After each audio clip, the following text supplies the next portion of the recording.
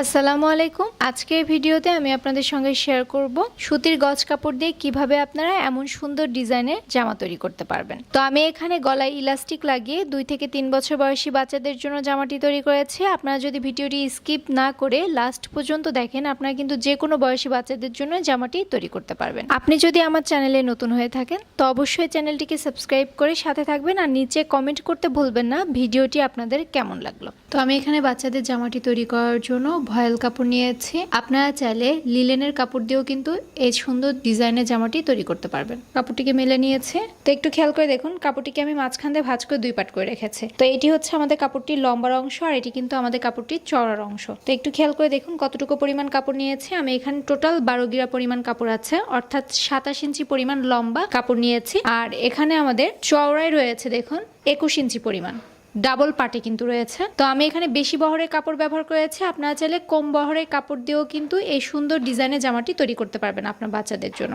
তো আমি যে নিয়মে জামাটি তৈরি করে দেখিয়েছি, আপনারা শুধু লম্বার মাপটি চেঞ্জ করে যে কোনো বয়সী বাচ্চাদের জন্যই কিন্তু এই সুন্দর ডিজাইনের জামা তৈরি করে নিতে পারেন, ঠিক আছে। তো চওড়ার যে অংশটি রয়েছে এখান থেকে আমরা 1.5 ইঞ্চি পরিমাণ কাপড় আগেই ভাঁজ করব, কারণ এর মধ্যে আমরা ইলাস্টিক অ্যাটাচ করব, ঠিক আছে। তো 1.5 ইঞ্চি পরিমাণ কাপড় আমি ভাঁজ করে নিয়েছি। তো একটু খেয়াল করে দেখুন, আমি 1.5 ইঞ্চি পরিমাণ কাপড় সহ কিন্তু আমাদের এখানে 4.5 ইঞ্চিতে মার্কিং করতে হবে, কারণ এতটুকু অংশে আমরা ইলাস্টিক অ্যাটাচ করব। তো এই সাইড থেকে আমরা 4.5 ইঞ্চিতে মার্কিং করে নিচ্ছি। এখন আমরা মার্কিং অনুযায়ী কাটিং করে নিব। এটুকু হচ্ছে আমাদের হাতার জন্য আমরা আলাদা করে কাটিং করে নিচ্ছি। এখন আমরা জামার অংশটি কাটিং করব। কাপড়টি কাটিং করার সুবিধার জন্য আমার দিকে এভাবে ঘুরিয়ে নিচ্ছি। ঘুরিয়ে নেওয়ার পর একটু খেয়াল করে দেখুন, কাপড়টিকে আমি আরো একবার ভাঁজ করে টোটাল 4 পার্ট করে নিয়েছি, ঠিক আছে। তো বন্ধ যে অংশটি রয়েছে সেটি আমার দিকে আছে, আর অপর সাইডটি খোলা আছে। তো একসঙ্গে কিন্তু আমাদের 2টি পার্ট বের হয়ে যাবে। এই গলার অংশে কিন্তু আমাদের ইলাস্টিক অ্যাটাচড হবে। তো একই রকম ভাবে 1.5 ইঞ্চি পরিমাণ কাপড় আমাদের প্রথমে ভাঁজ করে নিতে হবে, ঠিক আছে। তো আমি এখানে 1.5 ইঞ্চি পরিমাণ কাপড় ভাঁজ করে নিয়েছি। তো দেখুন 1.5 ইঞ্চি পরিমাণ কাপড় ভাঁজ করার পর জামার লম্বার মাপটি নিব। তো আমাদের এখানে জামার লম্বা রয়েছে 20 ইঞ্চি পরিমাণ। আমাদের অ্যাকচুয়াল থাকবে এখানে 18.5 ইঞ্চি পরিমাণ। আমি 1.5 ইঞ্চি নিয়েছি এক্সট্রা কাটিং এবং সেলাই করার জন্য। আশা করি বুঝতে পেরেছেন। আপনারা আপনাদের বাচ্চাদের মেজারমেন্ট অনুযায়ী এখানে লম্বার মাপটি বাড়িয়ে বা কমিয়ে কিন্তু দিতে পারবেন। তো এই যে খোলা যে অংশটি রয়েছে, এই খোলা অংশে আমাদের যে হাতাটি কাটিং করা হয়েছিল সেই কাপড়টিকে এখন আমরা রাখবো। তো হাতার কাপড়টিকেও কিন্তু আমি এরকম 4 ভাঁজ করে রেখেছি, ঠিক আছে। অর্থাৎ এখানে কিন্তু আমাদের একসঙ্গে 2টি হাতা কাটিং হবে। তো হাতার যে বন্ধ অংশটি রয়েছে সেটি আমার দিকে রেখেছি, আর খোলা অংশটি অপর সাইডে রেখেছি। একটু খেয়াল করে দেখুন, খোলা যে অংশটি রয়েছে সেটি কিন্তু জামার খোলা অংশের সঙ্গে এভাবে মিল রেখে তারপরে কিন্তু আমাদের কাটিংটি করতে হবে। তো খোলা যে অংশটি রয়েছে এখান থেকে আমরা 2.5 ইঞ্চিতে মার্কিং করব। আপনারা যদি 0 থেকে 1 বছর বয়সী বাচ্চাদের জন্য তৈরি করেন সেক্ষেত্রে আপনারা 2 ইঞ্চিতে মার্কিং করবেন। তো এইভাবে আমরা কোনাকুনি শেপ দিব একটি। তো দেখুন আমি এভাবে কোনাকুনি শেপ দিয়ে দিয়েছি। এখন আমাদের শুধু কাটিং করতে হবে, এতটুকুই কাটিং, আর কিন্তু কোনো কাটিং নেই। তো দেখুন আমাদের কাটিং করা হয়ে গিয়েছে। তো আমি এখন আপনাদেরকে সেলাইটি করে দেখাচ্ছি। প্রথমে আমরা হাতার মোহরির অংশটি সেলাই করব। তো একটু খেয়াল করে দেখুন, হাতার যে বাঁকা অংশটি রয়েছে এটি আমাদের জামার গলার সঙ্গে সেলাই হবে, আর এই কোনাকুনি অংশটি আমাদের হাতার মোহরির অংশ, ঠিক আছে। তো কাপড়টিকে উল্টো সাইডে রেখে 2 বার কাপড়টিকে চিকন করে ভাঁজ করে তারপর কিন্তু সেলাইটি করে নিব। আর চিকন করে ভাঁজ করে সেলাই করলে কিন্তু দেখতে বেশি সুন্দর লাগবে। আপনারা চাইলে এই অংশটি পিকো করে নিতে পারেন। একই রকম ভাবে কিন্তু আমাদের আরো যে একটি হাতার পার্ট রয়েছে সেই পার্টটিও সেলাই করে নিতে হবে, ঠিক আছে। তো দেখুন আমাদের 2টি হাতার মহড়ার অংশ কিন্তু সেলাই করা কমপ্লিট হয়ে গিয়েছে। এখন আমরা হাতা দুটিকে জামার সঙ্গে অ্যাটাচ করব। তো জামার আমি এখানে একটি পার্ট নিয়েছি। তো জামার কাপড়টিকে আমি মাঝখান দিয়ে এভাবে মেলে নিব। মাঝখান দিয়ে মেলে নেওয়ার পর অবশ্যই কিন্তু জামার কাপড়টিকে আমরা সোজা সাইডে রাখবো। এই 2 সাইড কিন্তু আমাদের জামার আর্মহোলের অংশ।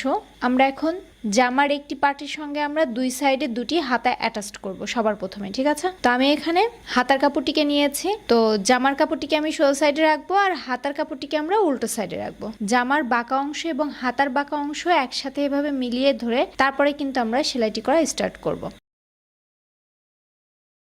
তো আমাদের একটি সাইডে কিন্তু একটি হাতা অ্যাটাচ করা হয়ে গিয়েছে।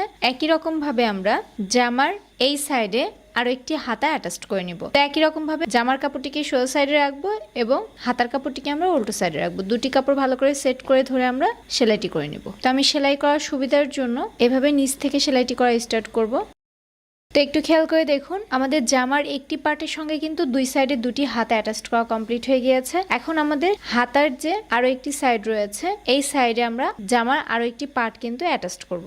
হাতার কাপড়টিকে আমি কিন্তু সোজা সাইডে রেখেছি আর জামার কাপড়টিকে আমি উল্টো সাইডে রাখবো। উল্টো সাইডে রেখে দুই সাইডে দুটি আর্মহোলের যে অংশটি রয়েছে সে অংশ এভাবে মিলিয়ে ধরে আমরা সেলাইটি করে নিব।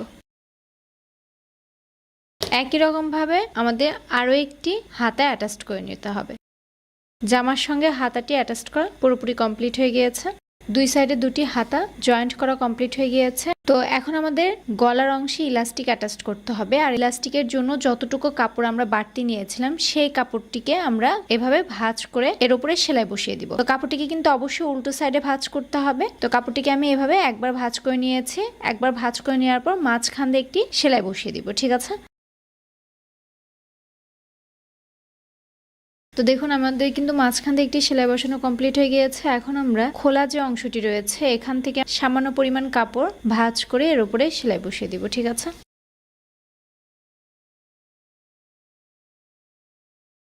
তো যখন আমরা একদম শেষ প্রান্তে আসব তখন ইলাস্টিক ইনসার্ট করার জন্য কিছুটা অংশ বাদ রেখে তারপর আমাদের সেলাইটি শেষ করতে হবে। তো একটু খেয়াল করে দেখুন ইলাস্টিক ইনসার্ট করার জন্য কিন্তু আমরা এভাবে জায়গা রেখেছি। এখন আমরা ইলাস্টিক এর মধ্যে ইনসার্ট করব। তো আমি এখানে 1/2 ইঞ্চি চওড়া ইলাস্টিক ব্যবহার করেছে। তো দেখুন 1/2 ইঞ্চি চওড়া ইলাস্টিক নিয়েছে। তো ইলাস্টিকটি লম্বা নিয়েছে আমি এখানে প্রায় 14 ইঞ্চি পরিমাণ। ঠিক আছে। তো আমি এখানে 2 থেকে 3 বছর বয়সী বাচ্চাদের জন্য জামাটি তৈরি করছি। এর জন্য আমি এখানে 14 ইঞ্চি লম্বা ইলাস্টিক ব্যবহার করেছি। আপনারা যদি 1 বছর বয়সী বাচ্চাদের জন্য জামাটি তৈরি করেন সেক্ষেত্রে আপনারা ইলাস্টিকের লম্বার পরিমাণ নেবেন 12 ইঞ্চি পরিমাণ। ঠিক আছে। তো সেফটি পিনের সাহায্যে ইলাস্টিকটিকে এভাবে গেঁথে নিব।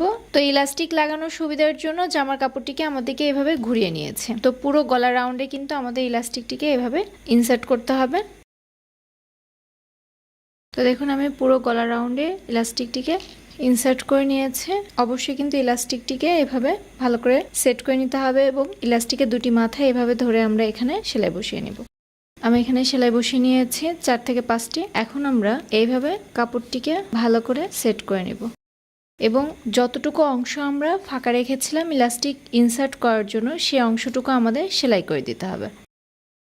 তো দেখুন আমি পুরো গলা রাউন্ডে কিন্তু ইলাস্টিকটি ইনসার্ট করে নিয়েছি।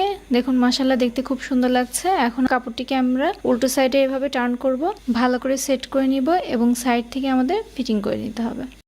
একই রকম ভাবে কিন্তু অপর সাইড থেকে আমাদের ফিটিংটি করে নিতে হবে।